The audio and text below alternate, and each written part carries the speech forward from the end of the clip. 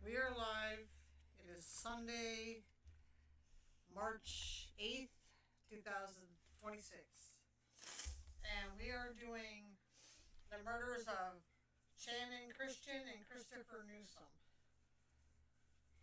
The grisly tale. Yes, this was a request from A follower. a follower, yes. So we did look into it. And this is actually pretty interesting. Shannon Gale, she was 21, and Christopher Newsom Jr., which is his first name was Hugh. He was 23.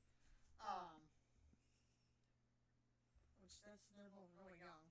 They were a couple from Knoxville, Tennessee, and they were kidnapped on the evening of January 6, 2007. Their car was hijacked, or carjacked. Yeah.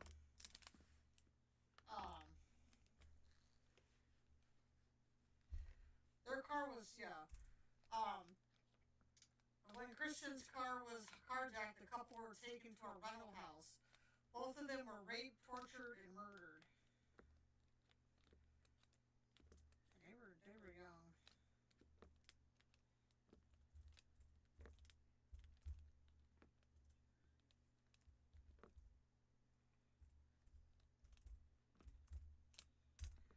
wrong one?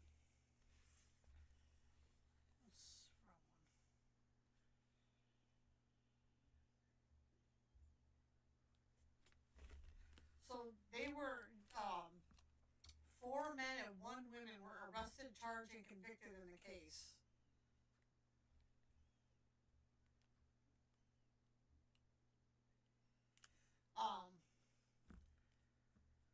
In 2007, a grand jury indicted Telvis Darnell Cobbins, Lamarcus DeVal Davidson, George Giovanni Thomas, and Vanessa Lynn Coleman on counts of kidnapping, robbery, rape, and murder.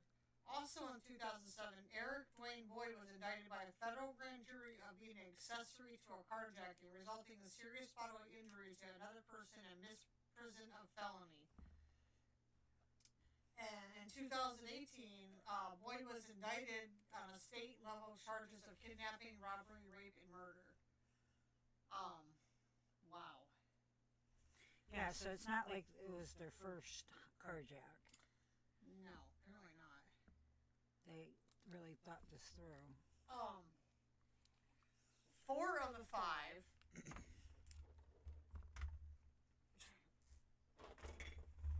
See my notes here. Okay. 4 of the 5 defendants, which was Eric, Levanus, Lamarcus, and George, had multiple prior convictions. After a jury trial, Davidson was convicted and sentenced to death by lethal injection. Cobbins and Thomas were convicted and sentenced to life in prison without parole. Vanessa Coleman was convicted of facilitating the crimes and sentenced to 53 years. Eric Boyd was convicted at the federal level and sentenced to 18 years in federal prison for being an accessory after the fact to carjacking. He was convicted on state-level charges over a decade in 2019. Wow. All the state convictions were initially set aside because of misconduct by a presiding judge who has been disbarred. Retrials were slated for summer. That's crazy. Can you imagine you want them put away because they killed your daughter and your son and find out that the judge is corrupt? Yeah. So,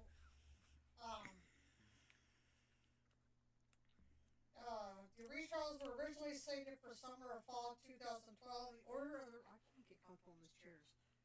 Orders for retrials of Davidson and Cobbins were subsequently overturned by the Tennessee State Supreme Court. Yeah, Yeah, they took this all the way up to the high level. Their convictions and sentences stand. The Coleman and Thomas retrials resulted in convictions, but with a reduced sentence for Coleman and the same sentence for Thomas. Retrials resulted in convictions, but the reduced sentence for Coleman stays the same. Sentence for Thomas, okay. Controversy arose to a differing interpretations regarding the media's coverage for the murders. Many people believe that crimes were ignored because of the victims were white while the perpetrators were black. Others, including journalists, disagree with this assertion. Efforts have been made to remember and honor Christian and Newsom. In 2014, new laws named after the victims were introduced in Tennessee. Both victims have memorial and scholarships named after them. Now, Channon Gail Christian, she was born April 29th, 1985. And Natchitoches, Texas. I'm not for sure. That's a pretty big word, especially rough. Moved from Louisiana to Tennessee with her family in 1997. She was a graduate of Farragut High School and a senior majoring in sociology at the University of Tennessee in Knoxville. She planned on graduating in December of 2007. Channon was 21 years old when she was murdered. Hugh Christopher Newsom, Jr., he was born September 21st, 1983 in Knoxville. He was a former baseball player for the Halls High School Red Devils, graduating in 2002. After high school, he attended, it was Pellissippi State Technical Community College and became a carpenter. Newsom was 23 years old when he was murdered. It's awful young. Yeah. On Saturday, January 6, 2007, Christian Newsom had planned to go to dinner. Christian and Newsom had planned to go for dinner together and attend a friend's party that afternoon. Christian went to a friend's apartment to get ready at around 8 p.m. And Christian's friend went to the party, and Christian stayed behind and waited for Newsom to pick her up.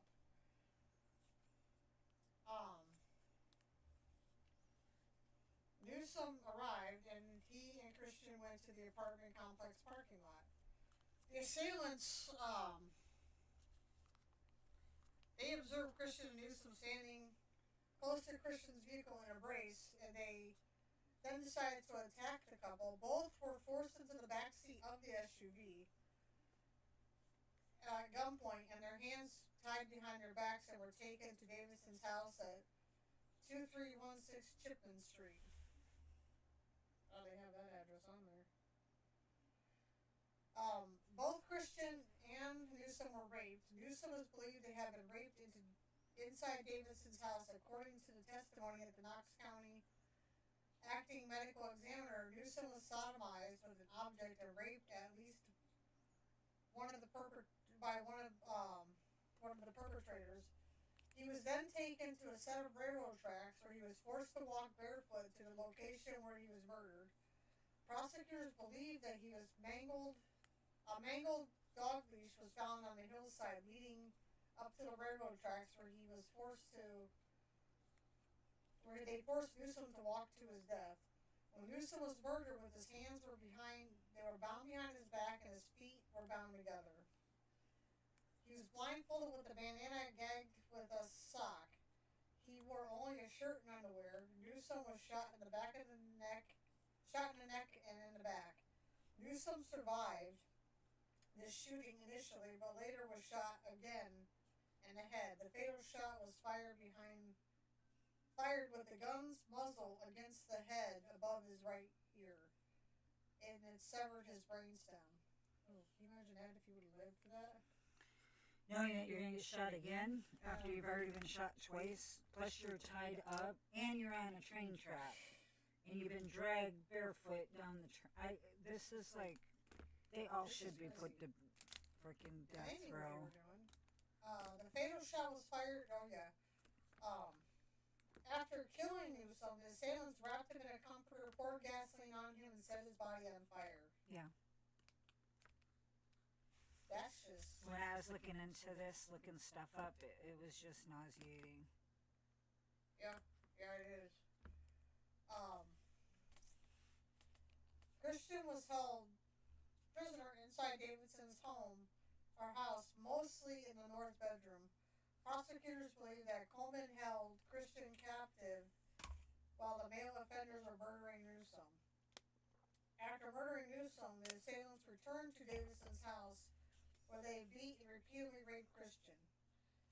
The medical examiner testified that Christian died after hours of sexual torture, sustaining severe head injuries and suffering severe injuries to her vagina, anus, and mouth due to sexual assaults. Her injuries were consistent with being raped with an object. I couldn't even imagine. It gets worse. According to the medical examiner, the sexual attack Christian endured was extreme and much more than Cobbins. I'm sorry. Where did you go? I lost my notes here for a second.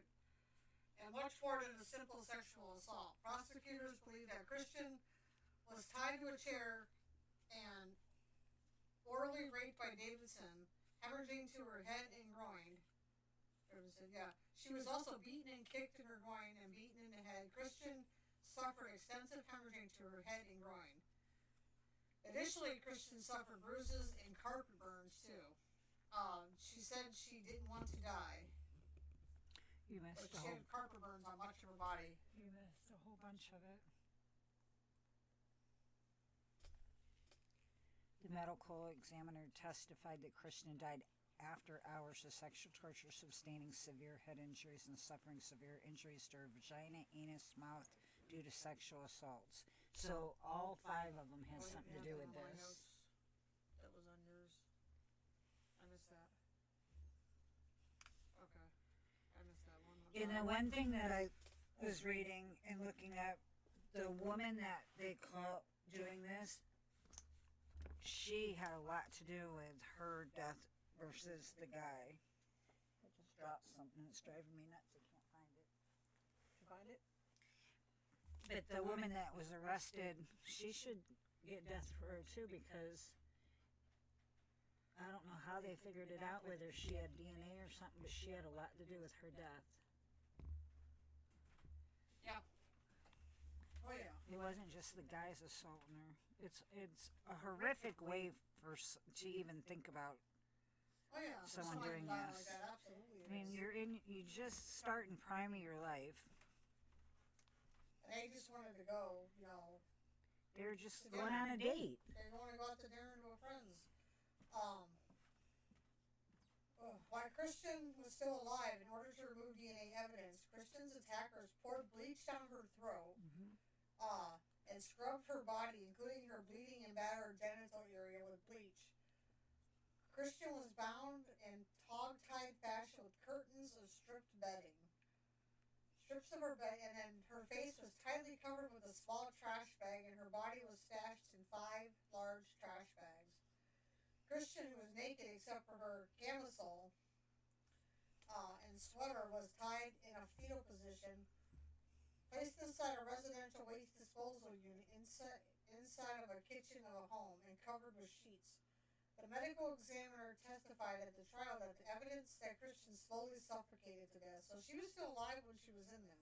Yeah, when they stuck her in the garbage can, she was still alive.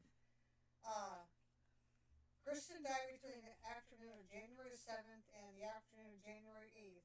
Now remember that. The 7th and the 8th. As Christian was suffocating, that Davidson left to spend time with his girlfriend and gave her Christian's personal items. Davidson also used Newsom's cell phone and was seen wearing Newsom's shoes. Can you imagine the nerve of this guy? Is that why he killed him, was for the shoes? And the phone? I mean, No, why they would were- you be that they- stupid? They had to have this plan because, Oh, absolutely they had I to. mean, I don't think they were like planning it's on these gruesome. two. I mean, I don't think it was planned on these two, but these two were like the people that like they happened to see like a perfect target. it was just wrong place, wrong time. They were planning on Could have doing been something anyone. with somebody. They just happened to be. Like I she think said, it's wrong because place, they were in wrong time. embrace and they were able to catch him off guard. That's why they ended up being the victims. Yeah, oh, absolutely. Because they You have. know, you really got to watch your surroundings anymore. We're up to the investigation now. After Christian and Newsom did not show up at the party, the couple's friends began calling and texting them and received no response. Later at 11 p.m., two of Newsom's friends went to the apartment where the couple had been kidnapped and found Newsom's truck in the parking lot, and they were unable to locate Christian's SUV.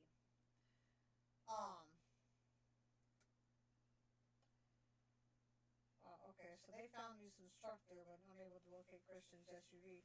A witness who had worked as a driver for Waste Connections arrived at work on Chipman Street at around 12:30 a.m. on January 7th. He noticed the lights in 2316 Chipman Street were on, and that the house seemed busy for that time of night. He saw a 4Runner in front of the house with its porch lights on. The witness later observed that the 4Runner drove slowly by him. The car slowed down for about 20 seconds as the occupants were checking him out. He saw 4 black men in the car, and witnesses who lived around a block from 2316 Chipman Street had heard 3 pops from the direction From the train tracks at 1:45 a.m. Newsom's body was discovered near a set of railroad tracks. So 8 p.m. they were grabbed and they heard the gunshots at 1:40. They tortured these guys for hours. Well, absolutely they did. Oh yeah.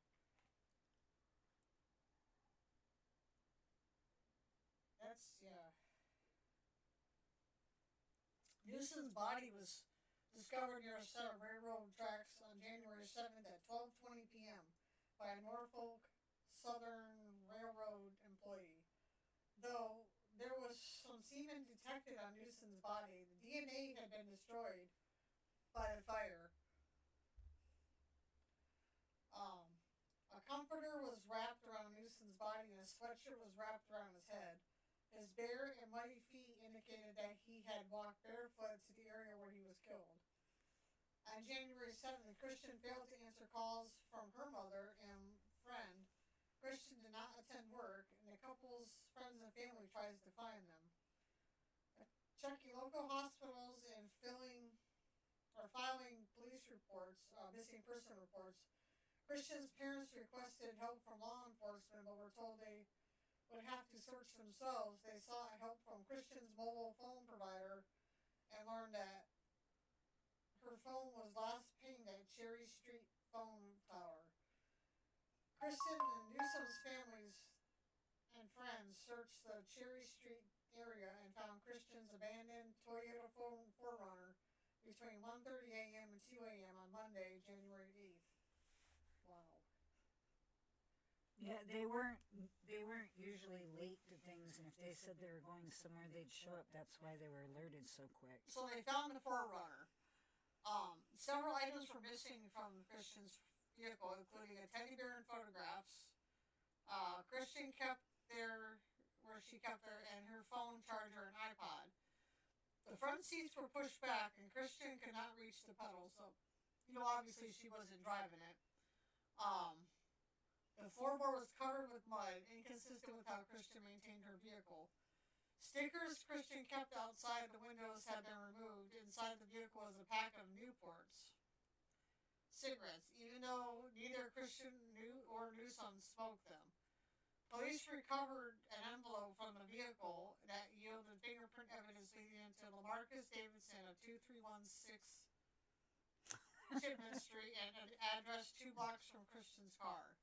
Idiots! They left their mail in the car.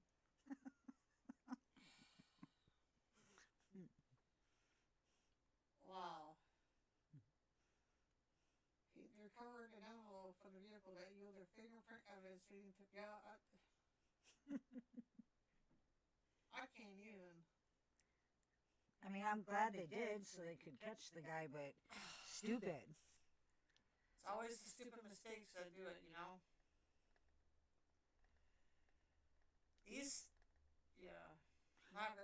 But I'm curious if they were gonna go after the guy that spotted him driving by so slow, if they didn't get caught so quick. If you're just joining the podcast here, I see autopsy report by Carla Harvey. She entered. We are also on YouTube right now too. It's pure evil inside the mind of serial killers. It's the Z's on the end, not the S. So you'll see us on there. If you guys have any questions, just ask them on there, or if you want to us to do a podcast on somebody, let us know, because this is a podcast from one of our followers. They requested. Anyway, back to this. When police went to 2316 Chipman Street on January 9th, they found the house unoccupied and Christian's body in a trash can in the kitchen. Christian's body was stashed in 5 large trash bags. The bags had Davidson's prints. Davidson's prints were also found on a box of garbage bags. Did they not think this through? Apparently not. They thought bleach and everything.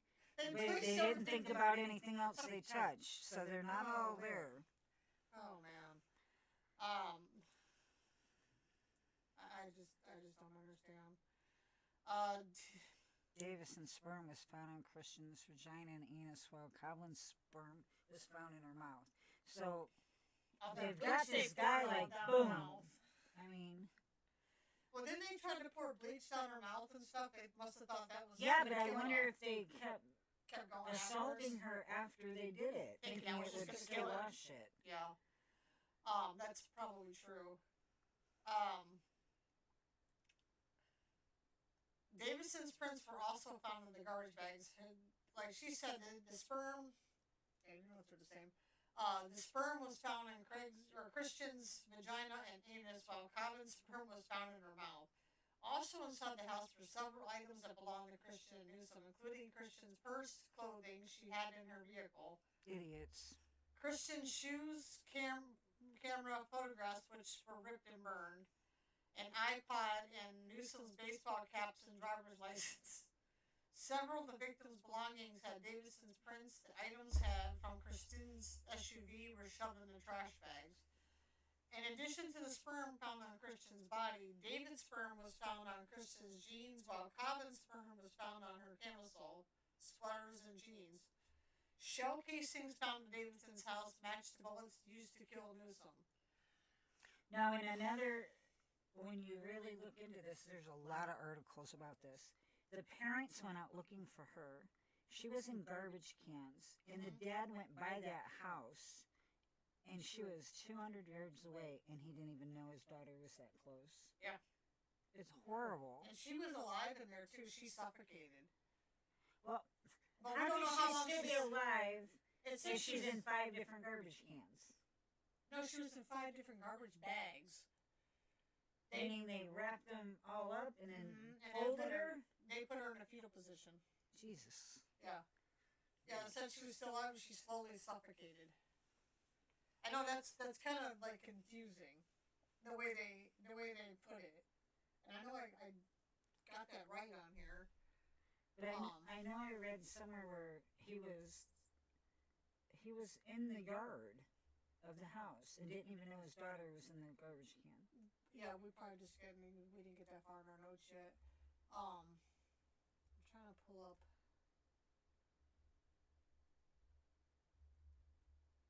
About the 5 garbage bags. Yeah, you said cans, not garbage bags. That's why I was like, I didn't see that. I thought it was one can. Let me pull my notes up here.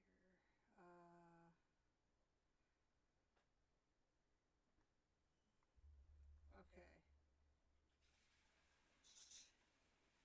Okay, she was... Okay. Her face was tightly covered with a small trash bag, and her body was stashed in 5 large trash bags. Okay.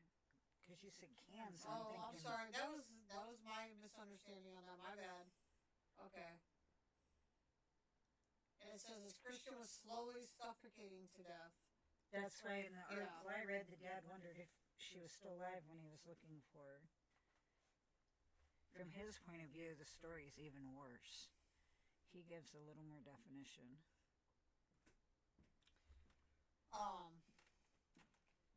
After finding Christian's body. Yeah, okay. After finding Christian's body and discovering the presence of Davidson's semen on her clothing and in her body cavities, the police undertook a manhunt for Davidson. And after receiving phone calls between Davidson and Boyd, they asked Boyd for information regarding Davidson's whereabouts. Boyd directed them to the vacant house on January 11th, and Davidson was arrested in the vacant house where police found Newsom's 9.5 Nike Shox left athletic shoes. Really? He took his shoes? Yeah. I remember they said he had them on, but I didn't think he was going to continuously wear them. Stupid. Oh my gosh. I thought he was going to toss them after that. No, they didn't even get rid of their belongings. It's just amazing. They found a gun too. Yeah, they found the gun, the .22 caliber high standard revolver. Davidson was then interrogated about the murders.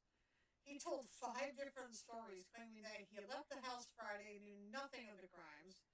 He later told police that Cobbins and Thomas arrived at his house at around 10 p.m. on Friday or Saturday. So now he just ratted his friends out. Yeah, and then informed them that they had carjacked some people. And yeah. And where'd I go? Because I didn't know that was gonna do that. Who were in the vehicle. Davidson claimed that the victims tied up in the back seat did not want any part of it, left to smoke marijuana. Because he said he claimed he saw the victims tied up in the back seat and he didn't want no part of it, so he left to go smoke marijuana.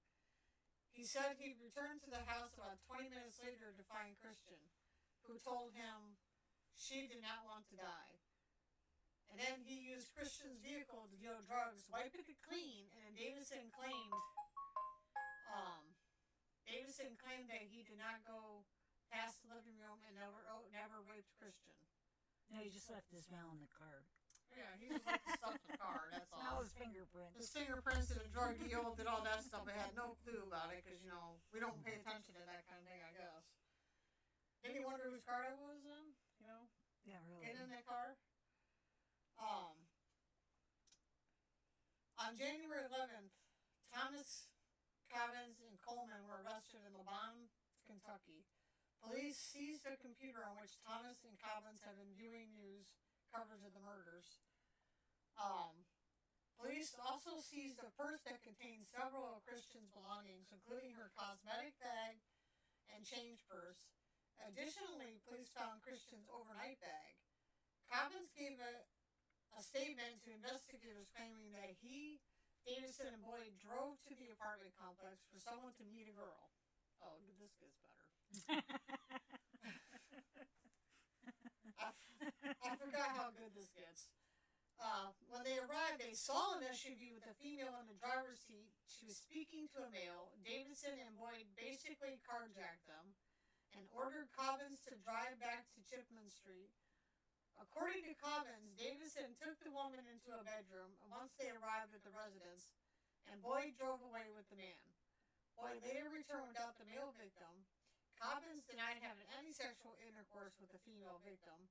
Coleman admitted to being present in the house during the crimes, claiming that she had been held hostage by the other defendants. But nothing said about the man. Well, of course. But they sure ratted each other out quick.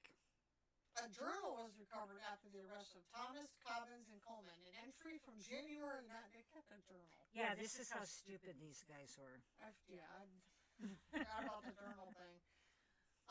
Last night was one of a kind. We stayed with a crackhead that is cool as hell. I forgot about this. It snowed a little bit, but it's already melted. Let's talk about adventures. I had one hell of an adventure, which hell of an adventure was in caps. Since I've been in the big Tennessee, it's been a crazy world these days, but I I love the fun adventures and lessons that I've learned, and it's going to be a long, interesting year. A forensic document examiner verified that the handwriting and the entry matched Coleman's writing. And Coleman, I think, was the female one in the whole thing. In this whole situation here. But she didn't go past the one room. Yeah, she didn't go past the room.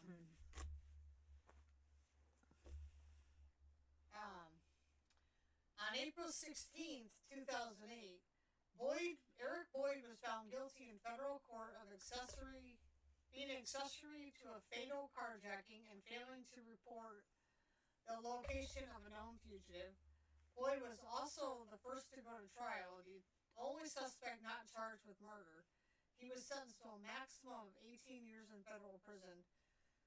He is incarcerated at the Federal Correction Institution at Yazoo City. A low security. I was just trying to surprise as Yazoo. A low security federal prison in Yazoo County, Mississippi.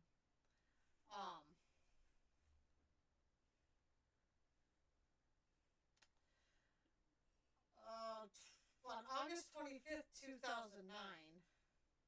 Oh, sorry, this one's a year later almost. Telvis Cobbins was found guilty of murders of Channon Christian and Christopher Newsom. Cobbins faced the possibility of the death penalty because he was convicted of first-degree felony murder in the case of Christian. He was found guilty of facilitating the murder of Newsom, but was acquitted of Newsom's rape. On August 26th, Cobbins was sentenced to life without parole, which, as he should. He absolutely should be. He's lucky he didn't get the death penalty for that. They all should have got it. Oh, I agree. On October 28th, 2009, so this isn't long after, Lamarcus Davison was found guilty. Jurors unanimously found Davison should receive the death penalty on 4 capital charges: 2 first-degree felony murders and 2 premeditated first-degree murders of Christian and Newsom. Absolutely. And June 2010, Davidson was sentenced to 80 years for the other charges related to the murders, which I don't think that makes a difference now. But he's making sure that he doesn't get out.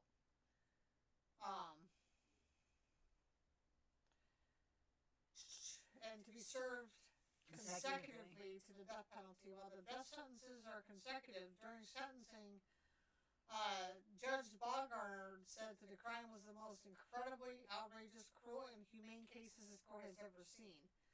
He also said how people can engage in this type of conduct is just unexplainable.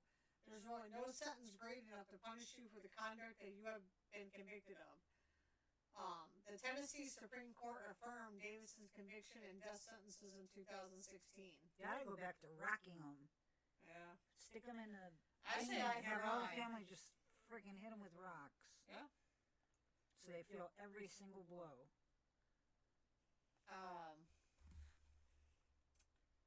Yeah, so they produced his conviction and death sentences 2016. I mean, when it turns a judge's stomach, it's bad. Well, on December 8, 2009, George Thomas was found guilty on multiple counts. The jury returned a sentence of life in prison without the possibility of parole on each of the 4 capital convictions, just like those 2, with the 2 first-degree felony murder and 2 premeditated first-degree murders. But I don't understand. It's been proven they were all there. Mm-hmm. So they all should have gotten life. Long time. Now, Vanessa Coleman, the one that didn't go in the room or anything. Yeah. Wasn't she one that did the car deal? Wasn't she the one that did the drug deal? Yeah. Yeah, she just didn't go in the room.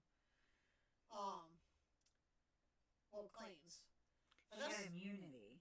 Yeah, Vanessa Coleman was the last defendant to face trial, was granted immunity by federal authorities for testimony in the federal cases of the carjacking. I think because she didn't do any of the murders or raping or anything like that. I think that's the only reason why. But the state courts ruled that the federal grant of immunity could not extend the state charges of murder and rape. She was acquitted of first-degree murder and found guilty of lesser charges. On July 30th, 2010, she was sentenced to 53 years in prison. Good. During sentencing, Christian's father stated, "For me personally, you took my baby, you took my opportunity to say yes to a young man one day. You took my wedding dance away, you took my opportunity to hold her child, my grandbaby." And absolutely she did. And, you know, I don't think 53 years is enough. I know judges have to hand down their sentences, but, you know, I don't think anybody really thinks about it that way. And he hit it right there. She took away everything from him. She took away that girl's opportunity to have a wedding dance with her father. She took away her opportunity to start her own family. She took all that away. All that away. She should get the death penalty just as much as everybody else did. Mm-hmm. There were I know we're not supposed to judge, but this is horrific. Yes, we can't not. We absolutely have a voice to this. You know, we don't really judge on anything, and we're, you know, it's not like we're judging now, but this is really, really bad, and I feel that they all should have got the same death penalty because, like her father said, you took everything away. Absolutely, you took a whole Things life that away. people don't think about. There were appeals and retrials. The defendants in the 4 state cases from the 2000s all appealed their convictions. Sentencing Judge Richard Baumgartner, one of the Knox County's 3 criminal court judges, was forced to resign on the bench in March 2011, having admitted to a drug addiction and purchasing prescription pain medication from convicts. Yeah. Crazy, isn't it? Well, they're human too. They'd screw up. A woman accused him of trading legal favors for sex during breaks in court sessions. Baumgartner pled guilty to official misconduct. It was held in his ability to conduct trials had been impaired during his prior 2 years on the bench, and he was disbarred in September. On December 1st, 2011, Judge John Kerry Blackwood granted new trials to all 4 defendants. After the Tennessee Bureau of Investigation showed Baumgartner was likely impaired while presiding over their trials. It sounded like he gave him the right stuff, you know, but I mean, her getting immunity though, maybe not. Blackwood set 3 trials between June and November 2012. Pending appeals set bail $1 million for Coleman in Illinois. One defendant whose sentence had possibility of parole, he denied change of venue, but allowed for jurors to be brought in from outside of Knox County. Due to double jeopardy, the defendants faced maximum sentences that had already been received. Thus, only Davidson was eligible for capital punishment. Prosecutors conceded Baumgartner had been impaired during Coleman's trial, but appealed the decision and retry Davidson, Cobbins, and Thomas. The decision to hold retrials for them was affirmed in a 2-1 decision by Tennessee Court of Appeals on April 13th. Now, on May 12th, the Tennessee Supreme Court overturned Blackwood's ruling ordering new trials for Cobbins, Davidson, and Thomas, saying that the judge's misconduct outside the courtroom does not necessarily require new trials unless the misconduct is shown to have affected the trial proceedings. But that's its decision should not be construed as condoning or excusing Baumgartner's misconduct. Judge Blackwood was asked to consider motions for new trials. In June 2012, so that's like a month later, Judge Blackwood again granted new trials for Davidson, Cobbins, and Thomas, basing his decision on the 13th juror rule. Prosecutors filed to have Judge Blackwood recuse the case, citing Blackwood's emotional involvement in his ex parte communication with the defense. Lack of control with local media, Supreme Court guidance, retrials were denied for Cobbins and Davidson and granted for Thomas and Coleman. So, Cobbins and Newsom didn't get a retrial. Their verdicts, facing the same charges as her first trial on November 20, 2012, Vanessa Coleman was convicted by a jury of the facilitation of aggravated kidnapping, facilitation of rape, and facilitation of murder of Channon Christian, but not of Christopher Newsom. These convictions were on lesser charges than her initial convictions. While her retrial was conducted in Knoxville, the jury for the retrial was selected from Jackson, Tennessee, more than 300 miles in Knoxville.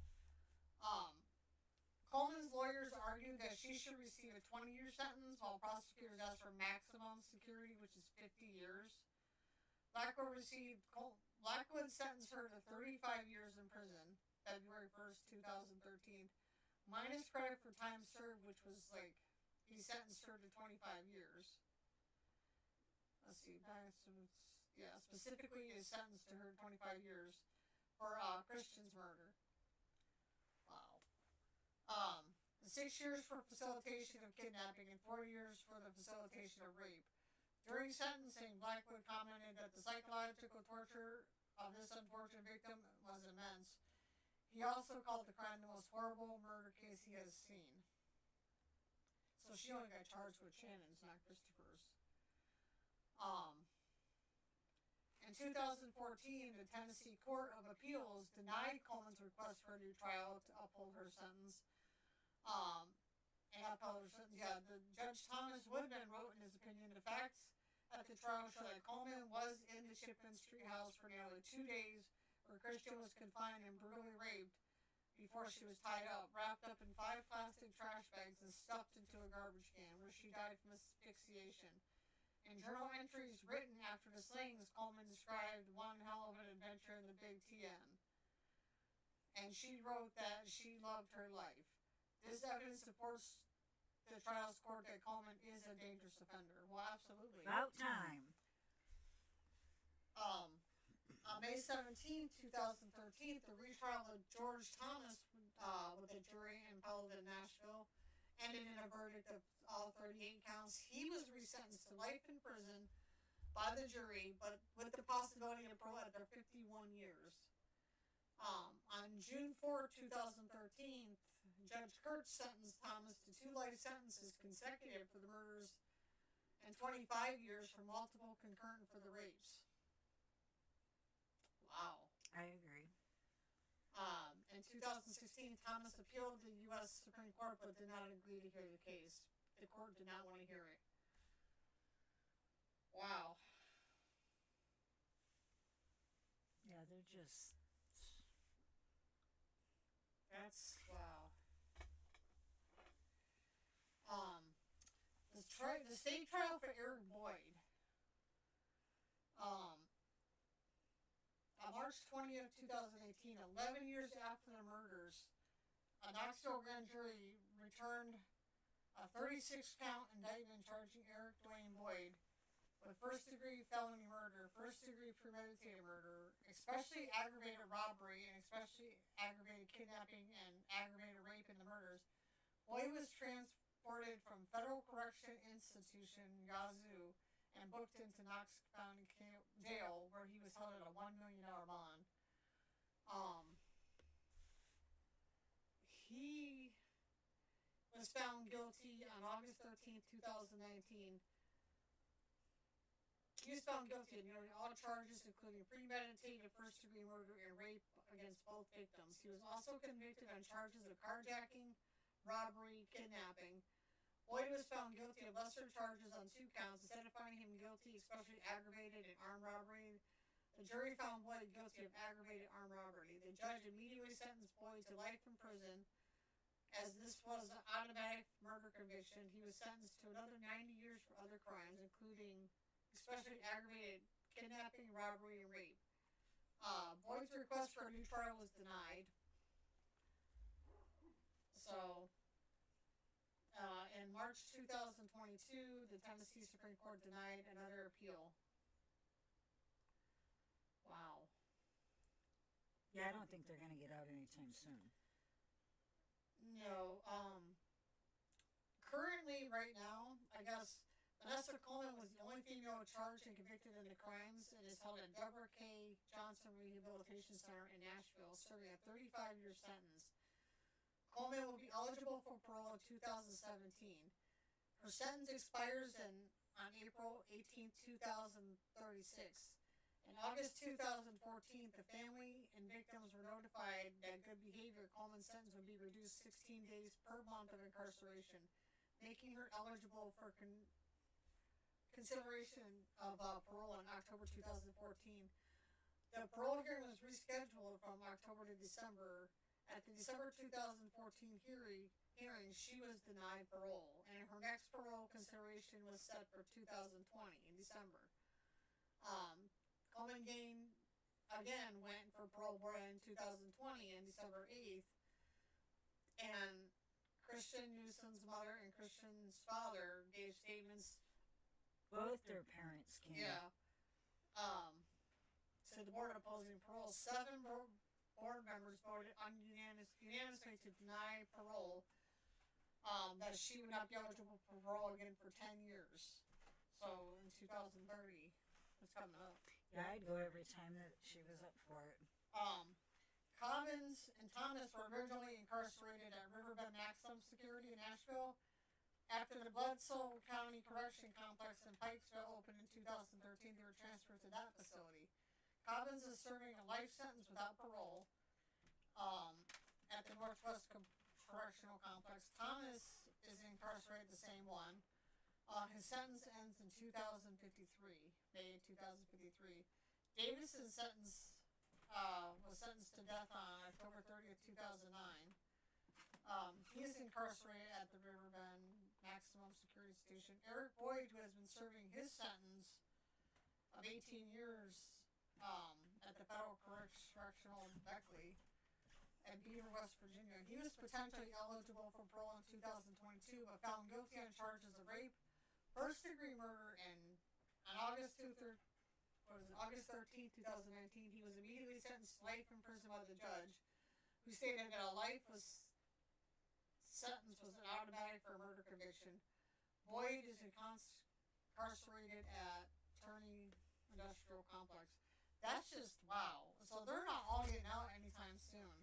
No, it sounds like the judges are disgusted by the whole routine too. Well, they said that it was a cold-blooded murder, but they don't see any proof of a hate crime on this at all.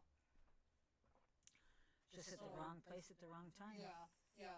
And they were bored and because it says from their investigation that the people were charged in this case were friends with white people, socialized with white people, and dated white people. So there's no evidence of any racial, hate crime or anything there. But that is just definitely, yeah.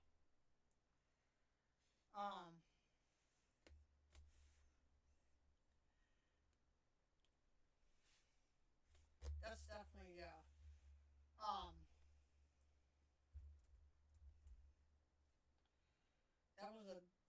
That was bad.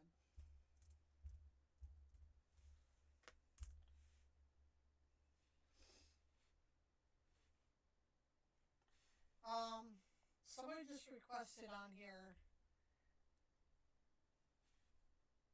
Let's see, we have more people that come on. If you guys had just entered, we got Aurora Priest on here,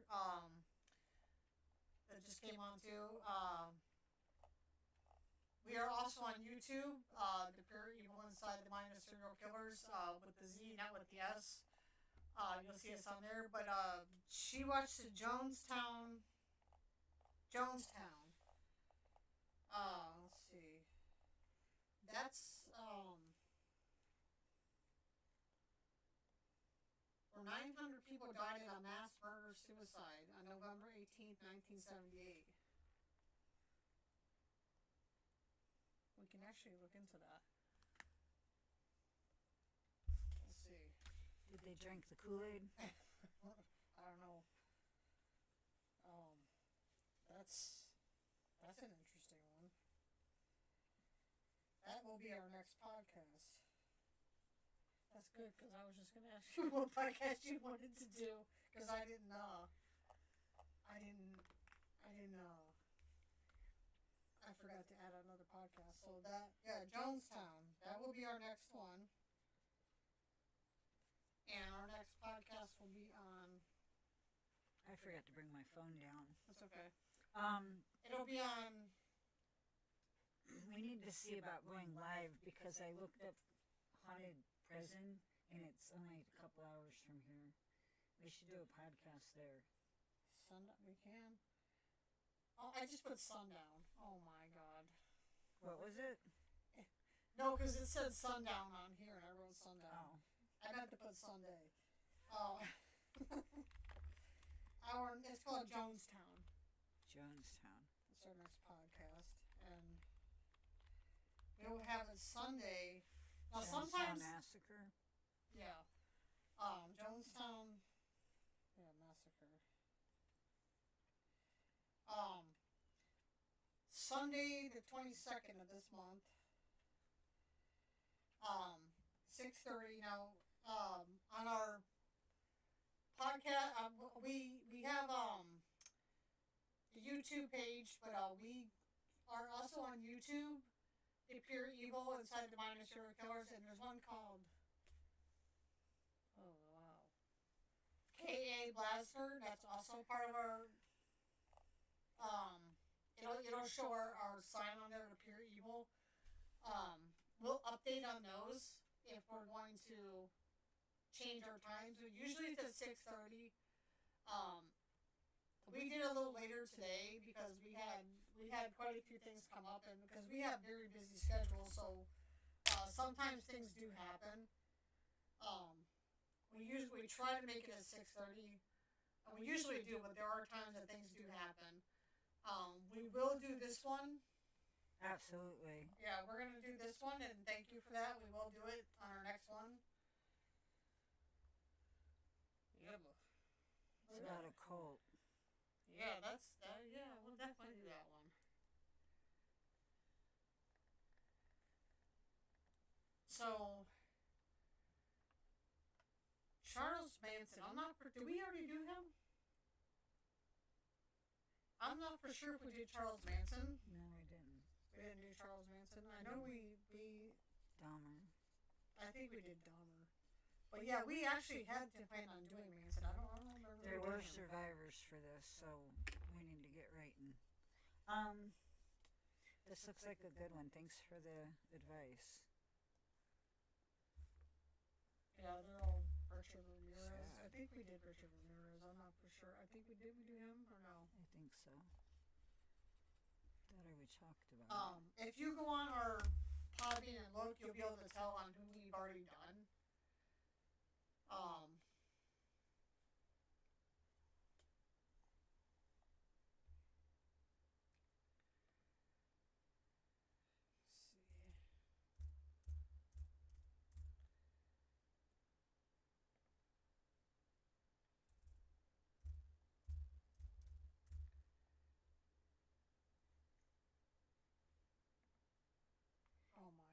my god, I was just joking and it really does say they drank the Kool-Aid. Oh wow. 918 people died in this next one. There were survivors though. So I look forward to looking into this.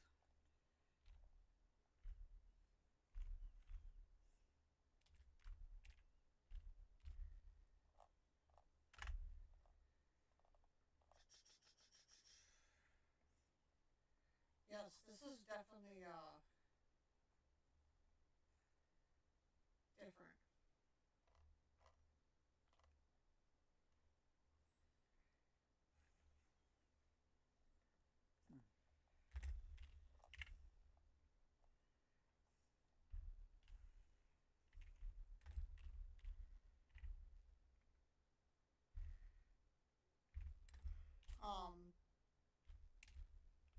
I'm trying to look right here. U.S. Congressman and 3 journalists. Dang. What are you looking for? I'm just looking.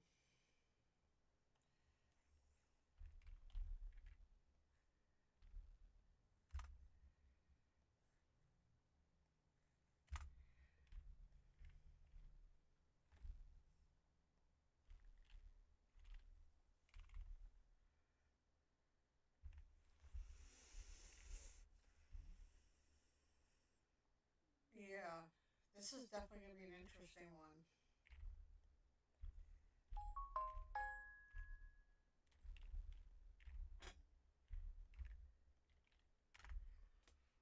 Okay. Let's see. I'm going to see if we did. See, this is what it looks like when you pull it.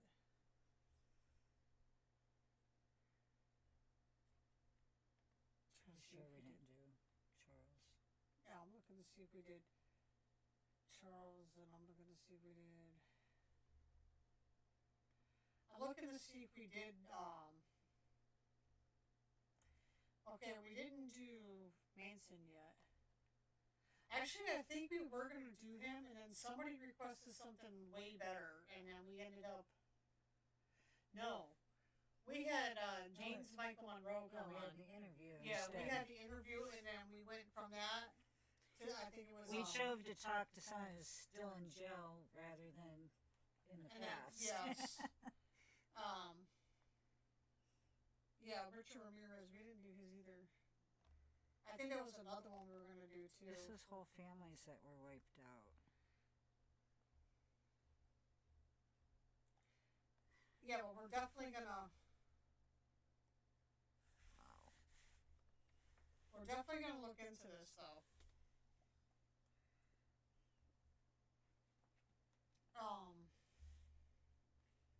Absolutely. This is gonna be our next podcast.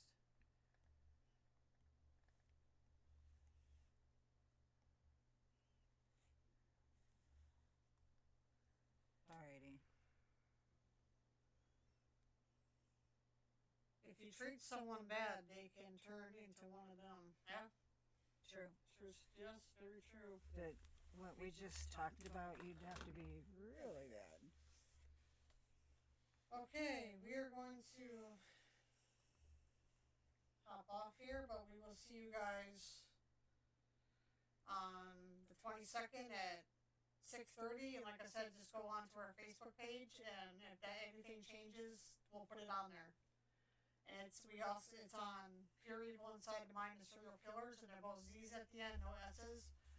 Or it's like K.A. Blasner, and that's affiliated. You'll see our logo on there. Okay, we'll see you guys next time. What was Thanks this? for listening. Were we keeping this for anything? No, we just had it on there. Like, I don't want to get rid of it. We need it. Oh no. Oh I'll my keep God. this Mason thing on There's here. a ton of freaking pictures on that massacre. I was just joking around about the Kool-Aid, and sure enough, they really did drink fucking Kool-Aid. Alright.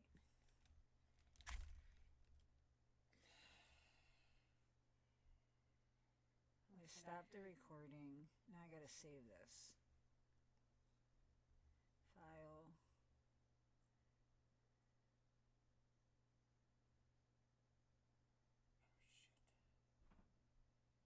No, that's not it. What was this one? Okay.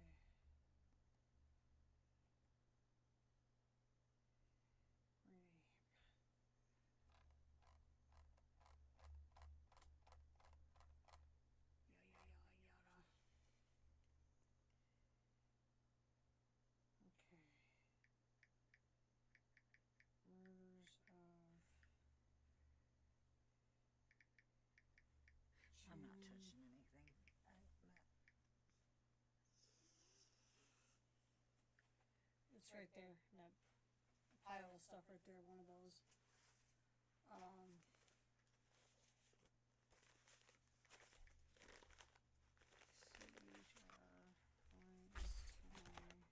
It's Jonestown.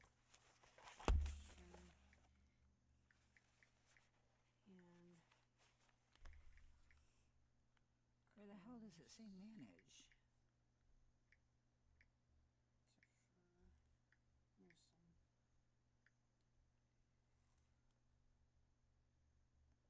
Publish.